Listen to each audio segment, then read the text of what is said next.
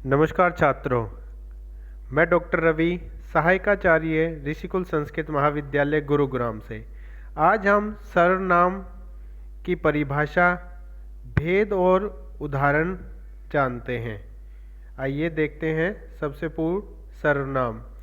सर्वनाम दो शब्दों के योग से बना है। सर्व जमा नाम, अर्थात जो नाम सबके स्थान पर प्रयुक्त हो उसे सर्वनाम कहा जाता है। उदाहरण से समझते हैं। मोहन 11वीं कक्षा में पढ़ता है। मोहन स्कूल जा रहा है। मोहन के पिताजी पुलिस हैं। मोहन की माताजी डॉक्टर हैं। मोहन की बहन खाना बना रही है। देखिए, अब इन वाक्यों में मोहन मोहन मोहन बार बार आ रहा है, तो इसके स्थान पर कुछ सर्वनाम शब्द आते हैं, उन्हें ही हम सर्वनाम कहते हैं। एक बार देख लेते हैं। मोहन 11वीं कक्षा में पढ़ता है। वह स्कूल जा रहा है। उसके पिताजी पुलिस है। उसकी माताजी डॉक्टर है। उसकी बहन खाना बना रही है। तो इस प्रकार से सर्वनाम शब्दों से ये वाक्य सुंदर भी लगते हैं और अच्छे से समझ भी आते हैं। अब देखिए, सर्वनाम की परिभाषा देखते हैं। वह शब्द जो संज्ञा के स्थान पर प्रयोग होते हैं उन्हें सर्वनाम कहते हैं। अर्थात संज्ञा के स्थान पर प्रयोग होने वाले शब्दों को सर्वनाम कहा जाता है। जैसे मैं, तुम, हम, वह, आप, उसका, उसकी, वह आदि। ये शब्द क्या होते हैं? सब सर्वनाम शब्द हैं। अब हम सर्वनाम शब्द जो हैं उनके भेद जान लेते हैं। सर्वनाम शब्द के 6 भेद होते हैं। प्रथम है पुरुषवाचक, द्वितीय है निश्चयवाचक, अनिश्चयवाचक, संबंधवाचक, प्रश्नवाचक और निजवाचक। ये 6 भेद सर्वनाम के हैं। पुरुषवाचक सर्वनाम। जिन सर्वनाम का प्रयोग वक्ता, श्रोता या अन्य के लिए किया जाता है वह पुरुषवाचक कहलाता है। देखिए, जब कोई संवाद होता है तो उसमें 3 लोग शामिल होते हैं।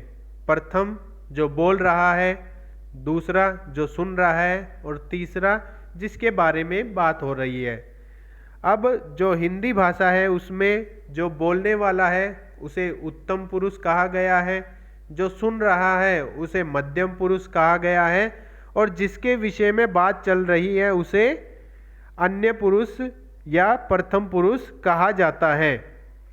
तो इसी के आधार पर पुरुषवाचक 3 प्रकार के होते हैं: उत्तम पुरुष, मध्यम पुरुष और अन्य पुरुष। उत्तम पुरुष वक्ता जिन शब्दों का प्रयोग अपने स्वयं के लिए करता है उन्हें उत्तम पुरुष कहते हैं। जैसे मैं, हम, मुझे, मैंने, हमें, मेरा, मुझको आदि। मध्यम पुरुष श्रोता संवाद करते समय जिन सर्वनाम शब्दों का प्रयोग करता है उन्हें मध्यम पुरुष कहते हैं। जैसे तू, तुम, तुमको, तुझे, आप, आपको, आपके आदि। अन्य पुरुष जिस सर्वनाम शब्दों के प्रयोग से वक्ता और श्रोता का संबंध ना होकर किसी अन्य का संबंध प्रतीत हो वह शब्द अन्य पुरुष कहलाते हैं। जैसे वह, यह, उन, उनको, उनसे, इन्हें, उन्हें, उसके, इसने आदि। अब अगला सर्वनाम है निश्चयवाचक। जो सर्वनाम किसी व्यक्ति, वस्तु आदि को निश्चयपूर्ण संकेत करे या ज्ञान करवाए उसे निश्चयवाचक कहते हैं। जैसे यह, वह। सर्वनाम शब्द किसी विशेष व्यक्ति आदि को निश्चित संकेत करते हैं, अतः यह संकेतवाचक भी कहलाते हैं। जैसे उदाहरण देखते हैं, यह मेरी पुस्तक है। इस वाक्य में यह से देखिए निश्चित हो रहा है ना कि यह मेरी पुस्तक है, तो मेरी होने का ये निश्चय हो रहा है, इस कारण से यहाँ निश्चयवाचक है। वह माधव की गाय है, वह राम का भाई है। इन वाक्यों में वह शब्द से देखिए निश्चित हो रहा है कि माधव की गाय है और राम का वह भाई है। इस कारण से यहाँ निश्चयवाचक सर्वनाम है। अगला देख लेते हैं, अनिश्चयवाचक सर्वनाम। जो सर्वनाम शब्द किसी निश्चित व्यक्ति, वस्तु अथवा स्थान का बोध नहीं कराता वह अनिश्चयवाचक सर्वनाम कहलाते हैं। जैसे कोई, कुछ। सर्वनाम शब्दों में किसी घटना या किसी के होने की प्रतीति हो रही है किंतु वास्तविकता निश्चित नहीं हो रही, अतः यह अनिश्चयवाचक है। जैसे कोई आ रहा है, अब कौन आ रहा है इसका ज्ञान नहीं हो रहा, इसलिए यहाँ अनिश्चयवाचक सर्वनाम है। दरवाजे पर कोई खड़ा है, कोई खड़ा है लेकिन निश्चित नहीं हो पा रहा वह कौन है, इस कारण से यहाँ अनिश्चयवाचक है। स्वाद में कुछ कमी है, तो कितनी कमी है ये निश्चित नहीं हो पा रहा, इसलिए यहाँ अनिश्चयवाचक सर्वनाम है। अगला भेद है संबंधवाचक सर्वनाम। वह सर्वनाम शब्द जो किसी वाक्य में प्रयुक्त संज्ञा अथवा सर्वनाम के संबंध का बोध कराएं उसे संबंधवाचक सर्वनाम कहते हैं। जैसे जो, सो, उसी आदि। जो, उसे, जिसकी, उसकी, जैसा, वैसा, इन सर्वनाम शब्दों में परस्पर संबंध की प्रतीति हो रही है, ऐसे शब्द संबंधवाचक कहलाते हैं। जैसे जो करेगा फल उसी को मिलेगा, जिसकी लाठी उसकी भैंस, जैसा कर्म वैसा फल, जो जैसा करेगा वैसा भरेगा। इस प्रकार के वाक्य संबंधवाचक सर्वनाम वाले होते हैं। आइए अगला देखते हैं प्रश्नवाचक सर्वनाम।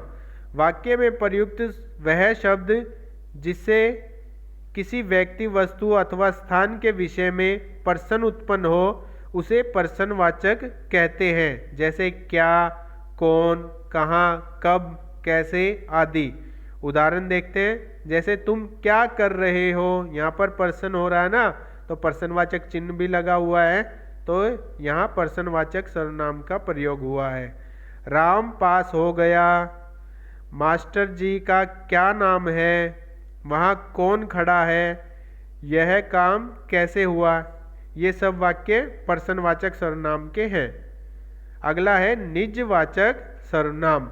वह सर्वनाम शब्द जो स्वयं के लिए प्रयोग करते हैं, जैसे आप, अपना आदि, जिससे स्वयं का बोध हो वह निजवाचक कहलाते हैं। अपना, अपनी, मेरा, मेरी, जिस सर्वनाम शब्दों से अपने या अपने तव का बोध हो उसे निजवाचक कहते हैं। जैसे मैं अपना कार्य स्वयं करता हूँ, मेरी माता भोजन अपने आप बनाती हैं, मैं अपनी गाड़ी से जाऊँगा, मैं अपने पिता के साथ जाऊँगा। इन वाक्यों में देखो अपने, अपनी, अपने, अपना, इस प्रकार जहाँ आएगा वहाँ निजवाचक सर्वनाम होगा।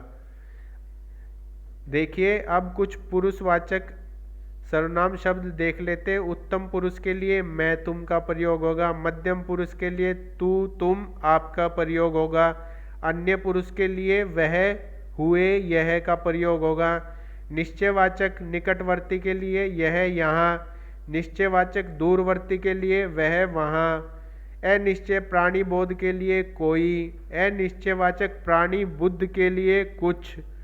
संबंधवाचक जो, सो, उसी, उसकी। प्रश्नवाचक कौन। प्रश्नवाचक प्राणी के लिए क्या। निजवाचक आप, अपना। इस प्रकार से हम सर्वनाम शब्द को समझ सकते हैं और उनको अगर कहीं पूछा जाता है तो इसके आधार पर हम वहाँ उत्तर भी दे सकते हैं। धन्यवाद।